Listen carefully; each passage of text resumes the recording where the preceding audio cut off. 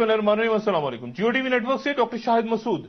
वो जो 14,000 साल पुरानी तारीख रखता आज के जदीद यूरोपीय मुल्क इटली का शहर रोम है, उसे अरबी जबान रोमा कहती है, जबकि अरबी में अर्रोम या फारसी और तुर्क जबानों में अर्रोम उस वसी और अरीज इलाके को कहा जाता रहा जो कई मौरखीन के नजदीक सल्तनत रोम भी कहलाई और जिस पर सल्जूकों, बाजंतीनियों और अहले यूनान ने एक तवील अरसे हुक्मरानी की।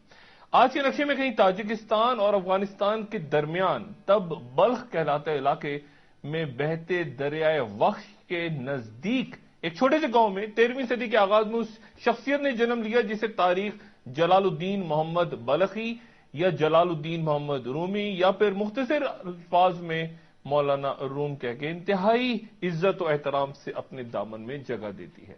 जिंदगी के 12 साल मौलाना रूम ने 6 जिल्दों पर मुश्तमिल उस मसनवी की तहरीर में गुजारे जिसमें दर्ज एक हकायत कुछ यूं है कि एक भेड़ अपने गले अपने रेवड़ के साथ सफर करती अचानक उससे अलग हो गई। इधर उधर घबराई फिर रही थी कि एक भेड़िए की नजर उस भेड़ पे पड़ी जिसने कमजोर बेबस शिकार देख के मासूम भेड़ पे छलांग लगा दी, लेकिन दोनों जानवर बेखबर थे कि उनके पीछे एक गहरी दलदल है। चुनाचे दोनों सीधा उस जलजल में जा गिरे और जब भेड़िए ने दलदल से खुद को निकालने के लिए हाथ पैर मारना शुरू किए तो वो ये देख के हैरान हो गया कि नजदीक दलदल में फंसी भेड़ तो इंतहाई सुकून इत्मीनान से पड़ी है।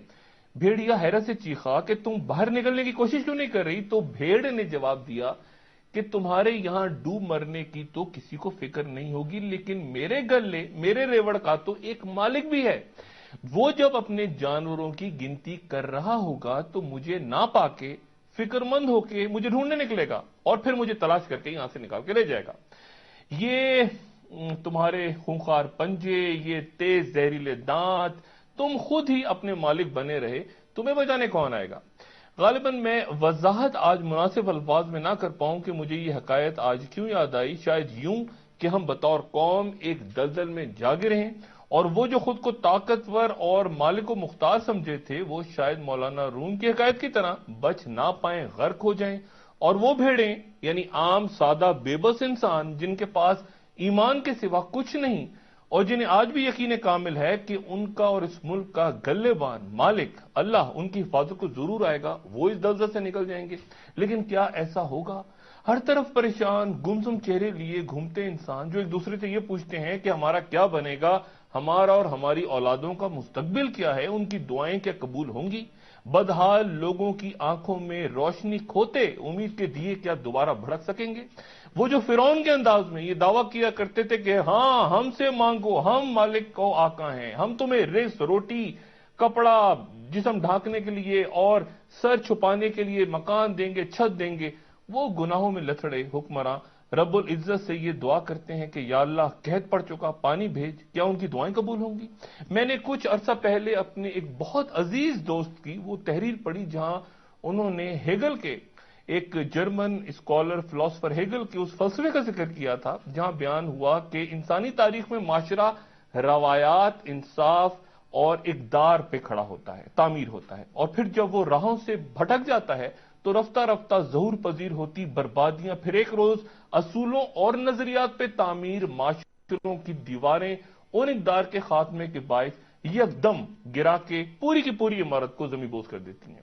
हेगल कहता है कि यहां कहीं इस गिरती इमारत दीवारों को सहारा देने के लिए चंद लोग नई ईंटें लगा के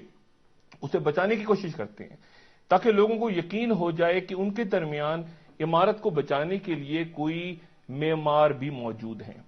हेगल जिन्हें अक्ल कुल कहता है उन मेमारों को। लेकिन फिर एक मरहला, एक लम्हा ऐसा आता है जब सहारा देके बार बार ईंटें लगाते मेमार को भी यकीन हो जाता है कि उसकी हर कोशिश काविश के बावजूद ये इमारत नहीं संभलेगी, बल्कि हर नई ईंट तामीर के बजाय मजीद टूट फूट का शिकार हो जाएगी। तो फिर उसके बाद खुद मेमार उसे आहिस्ता आहिस्ता तबाही की तरफ जाता है, इस इरादे के साथ गिरा देता है कि सिर्फ इस तबाहाल ढांचे का अब गिर जाना ही यहां किसी नई इमारत की तामीर का वाहिद रास्ता हो सकता है। गोया एक मरहले के बाद माशरों में जुल्म, नाइंसाफी नुक्ता अरूज को छूके खत्म नहीं होती, मजीद फैलती चली जाती है और फिर एक रोज माशरा उस गुब्बारे की तरह फटता है जिसमें हवा भरते जाओ, वो फूलता जाएगा और फिर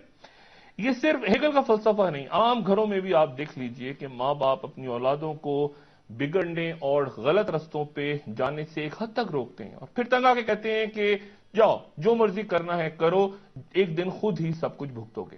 اور اللہ تعالیٰ کا بھی یہی اصول ہے کہ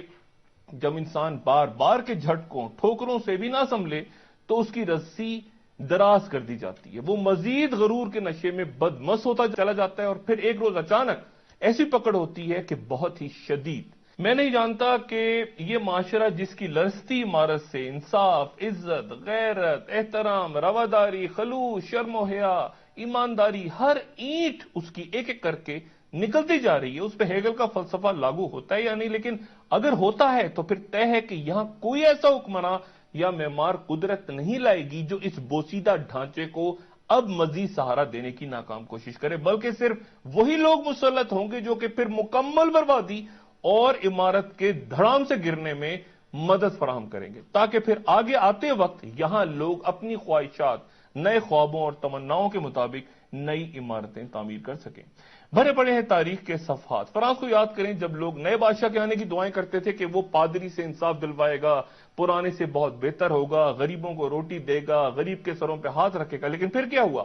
امید اور دعا کرتے ہر شخص کا مذاق اڑاتی نئی ملکہ نے تو یہ کہہ دیا کہ تمہیں روٹی نہیں ملتی تو روتے کیوں ہو، جا کے کیک کھاؤ۔ اور یہی وہ مرحلہ تھا جب معمار قدرت کا فیصلہ صادر ہوا کہ بھوکے ننگے بدحال لوگ محل کے اندر جا گھسے اور اکڑے ہوئے سر پتھروں پہ رکھ کے کاٹ ڈالے گئے۔ کسی کو بغداد یاد ہے جب ہر نے آتا خلیفہ پہلے سے بدتر جابر اور ظالم اور عیاش ہوا کرتا تھا، اور پھر کیا ہوا؟ برے خلیفہ آنے بند ہو گئے اور ہلاکو خان آ گیا۔ ایک عورت نے جس کے لگام تھام کے بغداد کی ایک گلی میں اسے روک کے کہا کہ میں تمہیں بدعا دیتی ہوں کہ تم پر اس ظلم کا نتیجہ اللہ کے عذاب کی صورت نازل ہو، تو ہلاکو خان نے کہکا لگا کے جواب دیا کہ ظلم تو پہلے تمہارے خلیفہ کرتے رہے، میں تو ان کے نتیجے میں ظاہر ہوتا عذاب ہوں۔ اور پھر منگولوں کی اس پھیلائی گئی بے پناہ تباہی اور بربادی کے بعد ہی امت مسلمہ پہلے سے کہیں بہتر اعلیٰ اور عرفہ علم و آگہی کی نئی عمارتیں تعمیر کر پائی۔ کیا ہم جرمن فلاسفر ہیگل کے اس فلسفے کے مطابق جہاں اس نے تھیسس اور پھر اینٹی تھیسس اور ان کے تصادم کے نتیجے میں کہیں درمیان میں نئے سنتھسس کا ذکر کیا تھا، کیا وہ سب کچھ ہو رہا ہے؟ جو کچھ آج پاکستان میں ہو رہا ہے کیا اس سے زیادہ برا بھی ہو سکتا ہے؟ اس سے بدتر انداز حکمرانی ممکن ہے؟ کیا اس سے بھیانک منظرنامے طلوع ہو سکتے ہیں جہاں ملزم یا مجرم قانون اور آئین کے سب سے بڑے محافظ ہو جائیں؟ اور کوئی آزادی کے 63 سال بعد ہم سے سوال کرے کہ تم نے بطور قوم کتنی ترقی کی ہے، تو ہم یہ جواب دیں کہ بس اتنی ترقی ہو سکی کہ 1947 میں جس عہدے پہ لیاقت علی خان تھے وہاں یوسف رضا گیلانی، اور جس منصب پہ قائد اعظم محمد علی جناح فائز تھے ان کے مساوی رتبے پہ محترم آصف علی زرداری صاحب۔ یہی ہماری بات